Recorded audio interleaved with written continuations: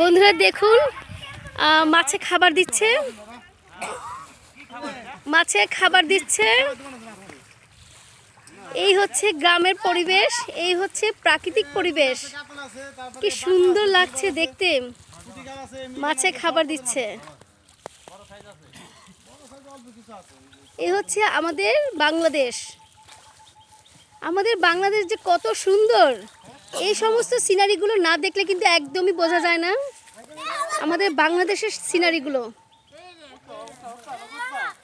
Wow, দেখুন বন্ধুরা, এই পুকুরে মাছ চাষ করা হয়। আমার শ্বশুরবাড়ির পুকুর, মাছ চাষ করা হয়। অনেক বড় পুকুরটা কেটেছে, বিশাল বিশাল আকারের পুকুর এটা।